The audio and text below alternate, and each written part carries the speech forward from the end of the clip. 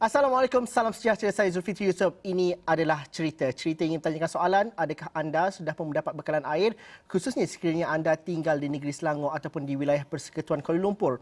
Soalan yang mungkin membangkitkan sedikit tercuit emosi kalau ditanyakan adakah anda sudah mandi pada hari ini. Tapi ini perkembangan yang akan kami bawakan dalam cerita, di mana sebentar tadi kami bawakan sidang media oleh Menteri Besar Selangor, Datuk Seri Amiruddin Syari, di mana Kerajaan Negeri Selangor mengarahkan bahawa kilang yang disyaki menjadi punca kepada pencemaran air dirobohkan struktur bangunan yang terdapat di tanah tersebut.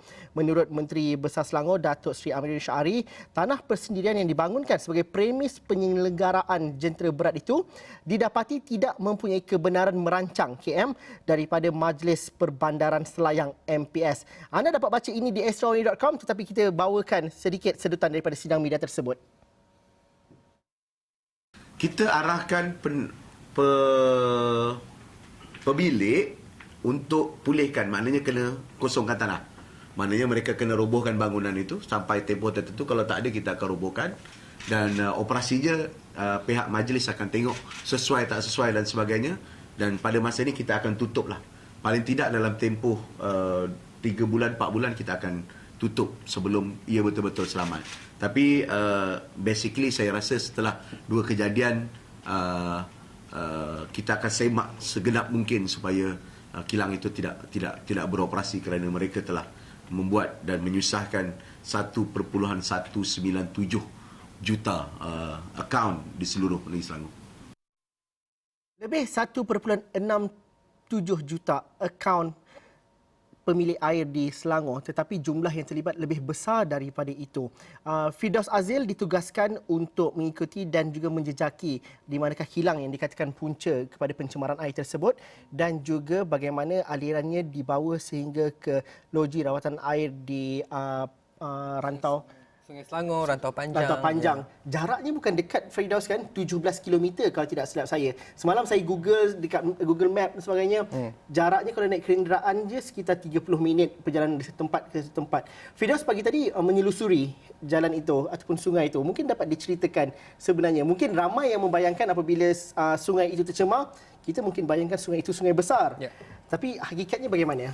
Okey, sebenarnya pagi tadi saya dan juga rakan tugas iaitu Helmi Malik, kami pergi ke sana disebabkan pada pagi tadi ada satu demonstrasi oleh Dewan Pemuda PAS Selangor yang itu pun sudah kita laporkan. Anda boleh baca yang mana mereka mendesak agar diambil tindakan yang lebih tegas, walaupun sudah ada orang kata tindakan di mana keempat-empat pemilik yang dikatakan adik-beradik kepada pemilik kilang ataupun bengkel menyelenggara jentera berat ini telah pun direman semalam dan pagi ini telah dihadapkan ke Mahkamah Selayang. Jadi sudah ada orang kata progresif ataupun tindakan lanjut dibuat di situ. Tetapi sudah pasti mereka ingin melebih orang kata lebih tindakan. Jadi pagi tadi demonstrasi itu lebih berkisar ke arah apakah ini, sebab apa ini adalah kali ketiga ataupun kali keempat pemotongan air secara tidak berjadual. Kalau secara berjadual itu boleh dimaafkanlah sebab orang boleh prepare menyediakan tangki sebagainya. Okey. Jadi apabila pagi tadi selepas demo itu rakyat Helmi membuat liputan ini seperti anda dapat lihat demonstrasi dilakukan oleh pemuda PAS. Okey, yang mana mereka mendesak beberapa isu, dan saya pula ingin mengetahui bagaimanakah kaedah ataupun bagaimanakah punca pencemaran itu berlaku kerana dalam masa yang singkat ia menjejaskan boleh kata 1.67 pemilik juta akaun. Pemilik akaun belum lagi seluruh isi rumah keluarga kan termasuk kan. Saya fahamkan Zul. Ya, Firdaus marah ni. Marah ni. Okey. Jadi bila kita tengok kawasan situ, pertamanya kita akan rujuk pada Google Map lah, tengok ada tak sungai-sungai lain sekeliling tu. Jadi kita difahamkan depan kilang tu yang dapat lihat ni ada satu orang kata sungai yang kecil. Sungai kecil, kita tengok, bila kita tengok visual dia pun aliran dia tidaklah begitu dalam ataupun tidaklah begitu laju. Tetapi kita nampaklah ada satu saluran daripada kilang itu ke saliran itu adalah dalam orang kata 20 ke 30 meter. Itu yang anda nampak ni, kenderaan keluar ini adalah yang gate tu, garisan kuning itu adalah kilang je. Yang sudah disita. Yang sudah pun disita. Jadi kita tidak dibenarkan masuk. Jadi selain pada yang depan kalau anda dapat lihat tu, itu adalah saliran di depan tu yang akan bersambung ke sungai seterusnya. Jadi pada mulanya kita difahamkan mungkin ada sungai di belakang, tetapi disebabkan nak memasuki kawasan itu satu dah kena sita, kita pun cubalah, saya dan kameraman ataupun kru cubalah berpusing-pusing. Masalahnya kat belakang tu pula ada taman perumahan yang orang kata guarded atau gated community. Jadi kita tak boleh semena-mena masuk. Jadi apa yang kita buat ialah kita buka balik Google Map tu, kita tengok balik saliran itu. itu dan kita tengok sejauh mana ia akan sampai sebab ada 3 loji rawatan air LRA Selangor 1, 2 dan 3 dan juga LRA Rantau Panjang. Jadi semua itu yang kita tengok. Firdaus, kawasan ini adalah kawasan perindustrian kilang-kilang sahaja. Sebab Firdaus berpengalaman melakukan liputan di Sungai Kim Kim. Ya. Walaupun ianya jenis pencemaran yang berbeza, akan tetapi adakah kawasan ini di kawasan perindustrian dan kita pun difahamkan oleh dengan sidang media sebentar tadi mengatakan bahawa ini adalah tanah persendirian. Tapi kawasan-kawasan sekeliling tu bagaimana? Firdaus katakan tadi di bahagian belakang adalah kawasan perumahan berpagar, gated area. Kiri, kanan, depan, bagaimana kawasan ini sebenarnya? Sebab ini adalah berhadapan dengan jalan besar yang akan terus masuk ke Lebuh Raya Plus, highway. Saya tak sure highway Latang ke Plus, tak salah Plus lah. Jadi tetapi kalau sebaris ataupun sederet dengan kilang yang disebutkan ini, sebenarnya kalau kita tengok memang ada kilang-kilang lain dan lebih kurang orang kata business model dia sama juga. Ada yang menyelenggara jentera berat, semua yang ada. Jadi tetapi apabila di belakang itu adalah taman. Sebab saya boleh kira kalau kita tengok daripada atas agak dekat. Jadi sebab itulah yang menimbulkan orang kata marahlah kenapa ada kilang-kilang di kawasan yang berhampiran, betul-betul berhampiran dengan taman perumahan. Sebab ini juga yang terjadi pada Sungai Kim Kim yang Encik Zul sebutkan tadi. Orang komplain kenapa disebabkan kawasan itu terlampau dekat dengan sekolah, dengan kawasan perumahan dan akhirnya ketika itu Sungai Kim Kim akhirnya mengakibatkan budak-budak keracunan udara dan sebagainya. Tapi itu mungkin dua situasi yang berbeza. Ya. Itu perlu kita fahami juga kerana ini disahkan oleh Menteri Besar Selangor tadi adalah tanah persendirian. Akan tetapi dalam sidang media tadi juga banyak soalan yang ditanyakan oleh wartawan ialah sejauh manakah perkara ini, tindakan ini diambil dan akan menghentikan tindak pencemaran ataupun aktiviti-aktiviti yang menyukarkan orang ramai ini di masa akan datang. Antaranya ialah untuk melihat kepada enactment Undang-Undang Kerajaan Negeri Selangor dan juga bagaimana denda itu boleh dikenakan sehingga RM1 juta. Haris Ashraf sedang melakukan berita itu, akan kami muatkan di astro.awani.com. Tapi saya ingin bersama dengan saudara Amli Ayat, merupakan naib Presiden Eco-Nights. Amli Ayat seringkali dirujuk sebagai NGO yang bercerita mengenai kelestarian alam sekitar. Amli, soalan pertama saya, apa khabar? Adakah rumah anda terjejas dengan gangguan bekalan air? Dan juga reaksi pertama terlebih dahulu apabila kita bercerita mengenai gangguan bekalan air di negeri Selangor yang bukannya jarang kita hadapi, tapi mungkin dalam setahun tu mesti ada 2 kali, 3 kali yang berlaku. Amli, bagaimana reaksinya? Okey, alhamdulillah. Terima kasih kepada Astro Awani kerana menjemput saya untuk bagi pandangan sedikitlah daripada pihak NGO. Rumah saya untuk soalan tadi tidak terjejas, alhamdulillah, kerana di kawasan kami itu ada kolam yang sendiri yang boleh menampung lah untuk 2-3 hari ini. So far okey lah, so far so good. Okey, perkara pertama yang apabila saya bincang dengan rakan-rakan, orang kata salah satu perkara yang terus timbul ialah berkenaan dengan penguatkuasaan, iaitu bagaimanakah kita memantau kewujudan industri-industri di dalam kawasan sadahan sumber bekalan air awam. Apakah yang kurang? Apakah yang perlu ditingkatkan? Apakah ada unsur-unsur lain yang mempengaruhi keberkesanan dan juga kecekapan penguatkuasaan di dalam kawasan sadahan? Jadi di antara input ataupun maklum balas yang saya dapat ialah salah satu faktor yang mungkin memainkan peranan dalam isu ini ialah kekurangan sumber manusia dan juga keupayaan fizikal untuk melakukan penguatkuasaan. Ini ditambah pula dengan kepesatan perkembangan industri. Sampai kita tak boleh memantau mana industri halal, mana industri haram. Tak tahu ya. Jadi ini satu perkara yang perlu diberi penekanan. Mesti ada pemantauan dan juga apa dulu pernah disebut sebagai operasi pemutihan, iaitu membersihkan kawasan sadahan ini daripada sebarang premis industri yang haram, sama ada dari segi operasi ataupun dari segi dari segi kewujudannya. Kewujudannya maksudnya dia ada lesen ke tak ada lesen untuk beroperasi. Itu satu. Yang kedua, operasi itu sendiri. Dia mungkin ada lesen, tetapi dia tidak tidak mematuhi undang-undang yang sedia ada. Misalnya dia macam kes yang inilah ya, buang sisa toksik yang berjadi ataupun sisa berjadual tidak teratur. Maka perkara-perkara ini perlu diperhatikan dan memang ia memerlukan suatu gabungan tenaga dan juga masa yang banyak. Saya sedar bahawa pihak kuasa ataupun pihak-pihak kuasa termasuk PBT ataupun Jabatan Alam Sekitar luar dan sebagainya, mereka mempunyai beberapa kekangan dari sudut penguasaan. Jadi ini harus diperhatikan dan dipertimbangkan. Bagaimana kita boleh menjalankan ini? Amli, kalau kita bercerita mengenai perkara ini, kita fahami bahawa masalah ini satu perkara ialah reaksi masyarakat pada ketika ini ialah tindakan yang lebih tegas. Itu yang dikatakan oleh Menteri Besar Selangor pada sidang media tadi bahawa enakmen undang-undang itu akan dipinda, hukuman lebih berat sehingga RM1 juta. Akan tetapi Amri juga bercerita mengenai penguatkuasaan. Benar undang-undang boleh ada tetapi penguatkuasaan tidak ada, dia tidak dibawa ke peringkat mahkamah. Ianya tidak menjadi satu kegerunan kepada pihak-pihak tertentu untuk menjadikan isu sumber air inilah sumber utama. Dan apabila kita bercerita mengenai perkara itu, pemegang taruhnya ramai.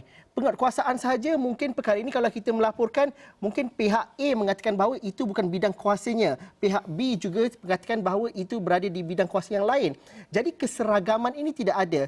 Mungkin rakyat bertanyakan bahawa siapa yang perlu dipersalahkan dan kalau kita nak membetulkan ini, dari mana yang kita perlu lakukan? Kerana akhirnya nanti isu air ini akan jadi isu politik yang tidak kesudahan. Pandangan seorang NGO seperti Amri bagaimana? Okey. Saya nak sentuh dengan keseragaman ataupun penyelarasan ini. Saya rasa kalau di Selangor ini, saya boleh katakan bahawa Selangor mempunyai suatu sistem penyelarasan yang antara yang terbaik kalau tidak pun terbaik di Malaysia ni dari sudut pengurusan air sebab kita ada lembaga urus air luas. Jadi bagi saya, bila luas itu telah dikira sebagai pengurus ataupun penyelaras kepada pengurusan air, maka agensi-agensi lain, agensi-agensi kerajaan khususnya di peringkat negeri yang lain haruslah bersama-sama membantu luas. Sebab luas pun dia ada masalah dia juga. Dan saya faham agensi lain pun ada masalah. Jadi harus kita bersama untuk capai satu penyelesaian. Bagaimana untuk kita menyelesaikan mungkin 3 ataupun 4 isu paling utama. Misalnya bagaimana untuk kita membersihkan, ini contoh ya, membersihkan kawasan tadahan yang kerap menghadapi masalah pencemaran air ini daripada wujud. Bagaimana untuk kita menghadapi masalah pencemaran? Bagaimanakah kita boleh melibatkan misalnya masyarakat? Baru-baru ni saya dapat info juga ramai orang mereka faham bahawa pihak-pihak yang berkuasa ini mempunyai masalah dari segi penguasaan.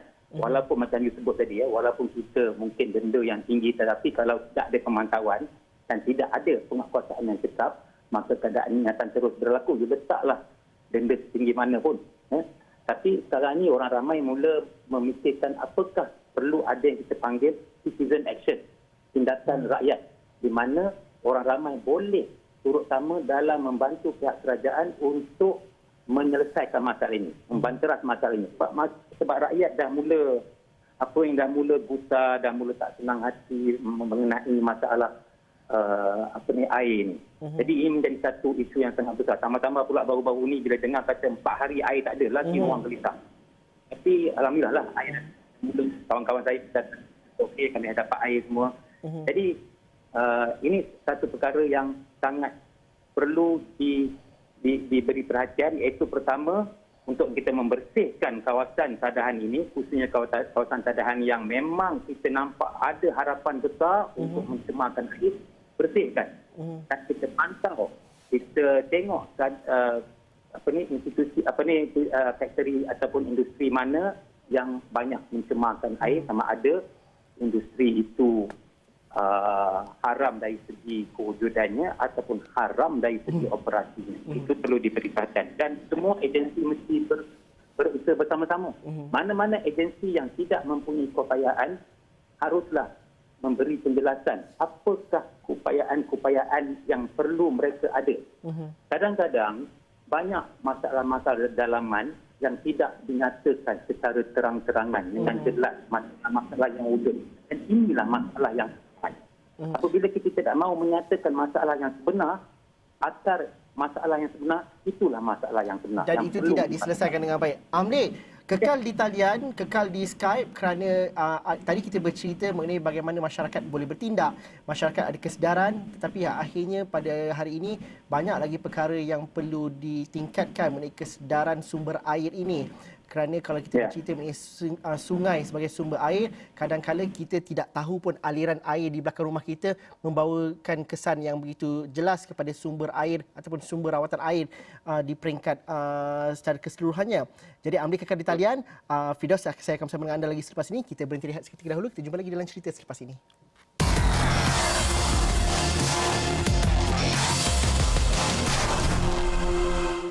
Okey, bertemu lagi kita dalam cerita. Cerita hari ini berdiskusi mengenai masalah air khususnya di negeri Selangor. Anda dapat membaca perincian perkembangan gangguan bekalan air di Selangor di astroawani.com. Firdaus Azil kami tugaskan untuk menyelusuri kilang yang dikatakan punca kepada pencemaran yang menyebabkan gangguan bekalan air ini di Rawang, dan saya juga bersama dengan talian ialah saudara Amli Ayat, merupakan aktivis dalam isu alam sekitar. Mungkin dapat memberikan pencerapan kepada kita bagaimana kita belajar sesuatu daripada ini dan melakukan tindakan yang sewajarnya. Firdaus, sumber air itu kalau Firdaus pergi ke kilang itu di kawasan sungai itu, mungkin ianya sedar tak sedar kita sebagai orang biasa merasakan bahawa itu mungkin aliran air biasa saja.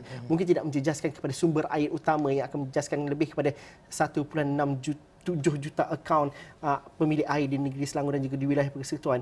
Jadi adakah Firdaus sebagai wartawan, sebagai orang biasa merasakan bahawa sungai yang dimaksudkan, yang dicemarkan itu adalah sungai yang bagaimana, dan apabila tiba itu mungkin alirannya, realitinya bagaimana? Sebab apabila sungai yang saya lihat melalui kawasan pilihan dia, sungai dia kecil-kecil je. Maksudnya macam tak ubah macam longkang yang kita biasa tengok, saliran kita biasa tengok, tetapi sebenarnya ia bersambung kepada sungai Sembah dan juga sampailah sungai Gong dan sampai akhirnya sampai ke sungai Selangor, yang mana itu antara nadi ataupun menjadi punca utama sumber bekalan air. Jadi apabila saya daripada kawasan itu saya menyusuri sungai itu, saya sampailah ke satu kawasan dinamakan Sungai Rantau Panjang. Agak besar, boleh kata dalam kira-kira dalam 5 ke 10 meter dia punya lebar dia, dan depan-depan tu adalah rumah je. Jadi apabila saya dan rakan tugas parking kat situ, kita pun tanya minta izin nak parking sekejap, kita nak ambil visual sungai. Lepas tu dia pun berceritalah. Sambil tu yang menariknya, Apa ceritanya? Yang menariknya sebab dia tengah bakar ikan. Dia bakar ikan lampam katanya, bakar ikan depan rumah. Dia kata ikan ni daripada sungai tu. Walaupun sungai tu kita nampak agak seperti anda dapat lihat, color dia memang macam nilah, color teh susu macam ni. Ini bukan sungai.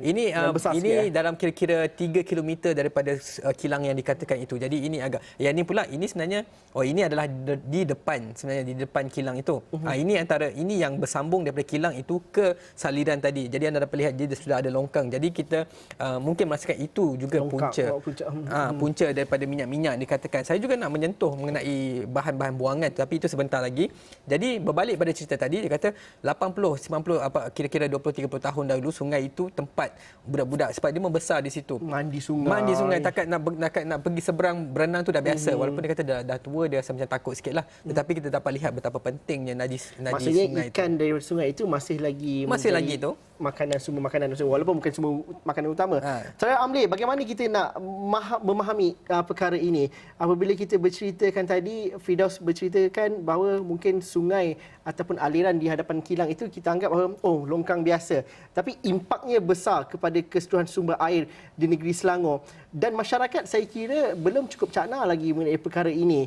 Kita menyebut bahawa apabila masalah air di negeri Selangor, kita menyalahkan kepada entiti ataupun kumpulan-kumpulan tertentu. Sudah pasti sebagai pengguna kita berhak untuk menyalahkannya. Akan tetapi sebagai masyarakat juga kita perlu cakna bahawa ini berkaitan dengan komuniti secara keseluruhannya.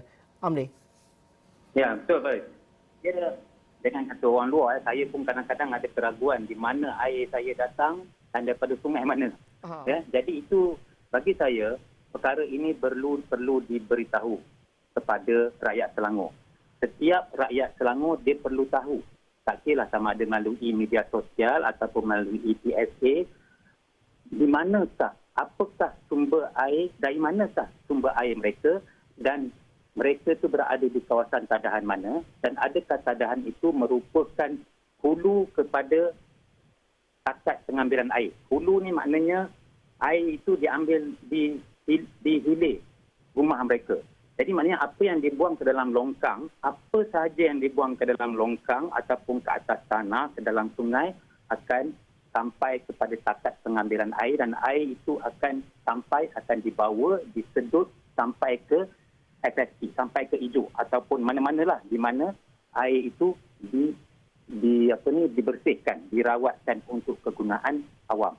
Orang awam di Rawang misalnya, mereka patut tahu bahawa kilang-kilang ini berada di takat atas, takat hulu, di hulu takat pengambilan air. Sesiapa yang buang di kawasan ini, maka ia merupakan satu kesalahan yang besar dan harus diberitahu kepada pihak berkuasa. Beritahu pada pihak luar, beritahu pada pihak DOE, beritahu kepada kawan-kawan dalam Facebook. Siapkan benda ini. Kita mahu rakyat lebih aktif. Kita tidak mahu kita pentingkan diri sendiri. Saya rasa di Malaysia sekarang ni kita menghadapi masalah individualistik, masalah selfish, pentingkan diri sendiri. Kita nampak air paip yang besar terbuka, bocor, kita biarkan aja. Kita nampak orang buang sisa toksik ke dalam sungai, kita buat tak tahu. Kemudian bila air tak ada, kita makan.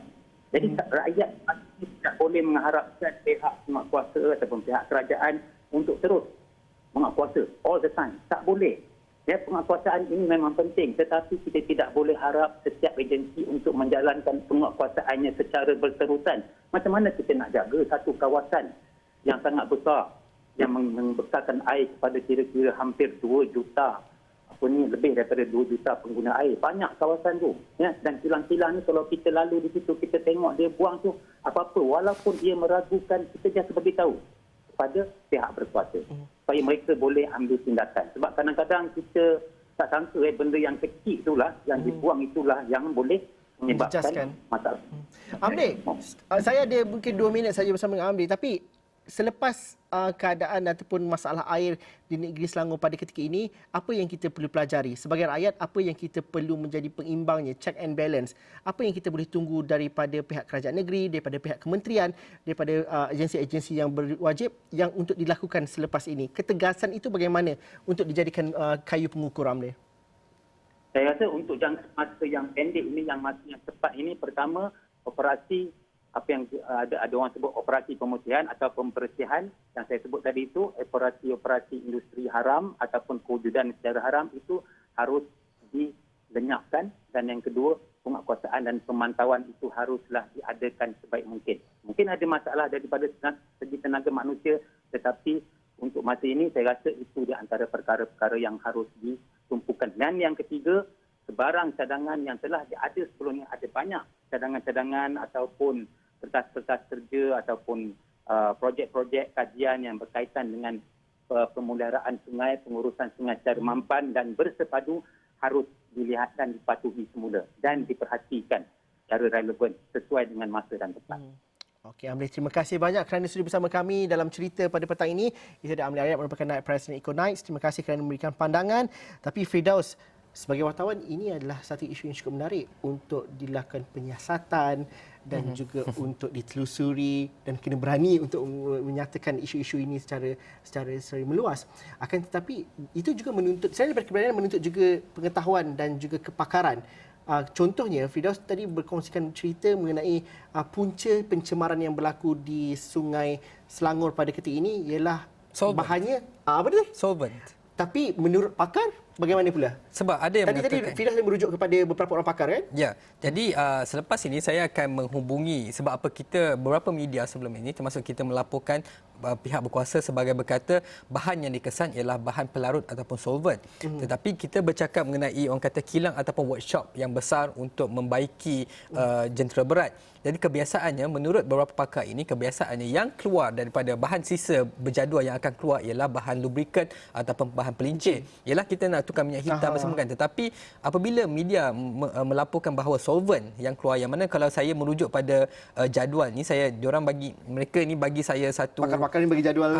Dia kata solvent ni adalah bahan-bahan seperti butanol, propanol semua. Jadi bagi mereka ia agak pelik. Mengapa bahan-bahan macam ini boleh keluar? Jadi ini saya akan tanyakan kepada salah seorang, apa nama dia? Saya lupa dah. Nama dia ialah Muhammad Syahrudin Abdul Latif. Saya akan hubungi sebentar lagi. Dia mempunyai master atau kelulusan dalam bidang alam sekitar, yang mana dia akan menerangkan apa itu solvent dan apakah jenis industri yang sering menggunakan solvent, dan adakah mengapa ada pakar mengatakan pelik apabila bahan solvent, bahan pelarut ini keluar daripada kilang itu. Itu semua akan saya rungkaikan untuk saya kongsikan 745 malam ini. Itu ada beberapa perkara yang kita perlu fahami juga, kerana masalah ini tidak semudah yang kita gambarkan. Betul. Dan juga kita fikirkan. Tapi Firdaus, selepas pergi menyelusuri sungai dan dahulunya di Kim-Kim, Sebagai seorang wartawan, apa cabaran untuk membawakan pemberitaan mengenai perkara-perkara ini? Kerana kadang-kala emosi masyarakat satu perkara, tetapi faktanya juga adalah perkara yang lain dan itu perlu diadunkan dengan baik.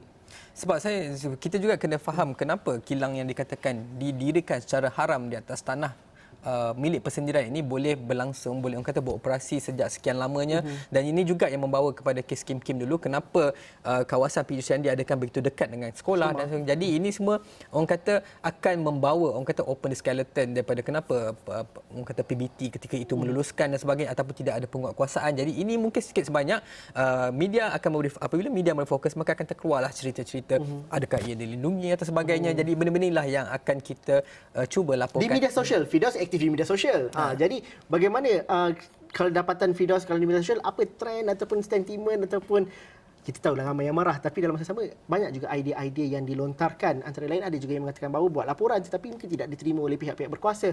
Mungkin apa yang Firdaus dapat perhatikan di media sosial? Apa yang dapat saya perhatikan di sini ialah rata-rata mereka menerima baik kenyataan ataupun pengumuman Datuk Menteri Besar sebentar tadi, Datuk Seri Amiruddin Syari, yang mengatakan bahawa kita arahkan pemilik untuk memulihkan ataupun mengosongkan tanah sekiranya mereka gagal merobohkan struktur itu, kita sendiri akan roboh. Jadi itu adalah orang kata satu mungkin satu kemenangan untuk pihak rakyat. Akhirnya satu kilang yang dikatakan didakwa sebagai kilang haram ini akhirnya orang kata menerima pengadilan yang sebetulnya, dan kita juga akan melihatlah apakah jenis hukuman yang akan dikenakan, sebab kita difahamkan Menteri Alam Sekitar pun dah cakap mereka akan melihat kembali akta-akta yang sedia ada untuk meningkatkan lagi orang kata penguatkuasaan ataupun hukuman dan sebagainya. Itu yang akan kita, sebab benda ni dia akan berlarutan lah. Saya kira satu perkara ialah hukuman, tapi dalam masa yang sama ialah perkara ini dapat diselesaikan secara menyeluruh. Dan juga sayangilah sungai kita. Sayangilah sungai kita. Sayangilah sungai Tadi kita. Firdaus tadi puas dia menyanyi lagu tema kempen Sayangi Sungai Kita tahun 90-an dulu. Tapi inilah cerita kami pada hari ini. Kami akan bawakan lagi banyak perkembangan menarik. Sebentar lagi Syazwani akan bersama dengan anda untuk membawakan laporan-laporan terkini. Najib Arif akan bersama dengan anda dan Syazwani akan bersama dengan anda dalam Awani 7.45 malam ini dengan laporan-laporan komprehensif mengenai masalah air di Selangor dan juga beberapa perkembangan terbaru yang akan kami kongsikan. Sekian saja cerita. Assalamualaikum dan salam sejahtera. Kita jumpa lagi.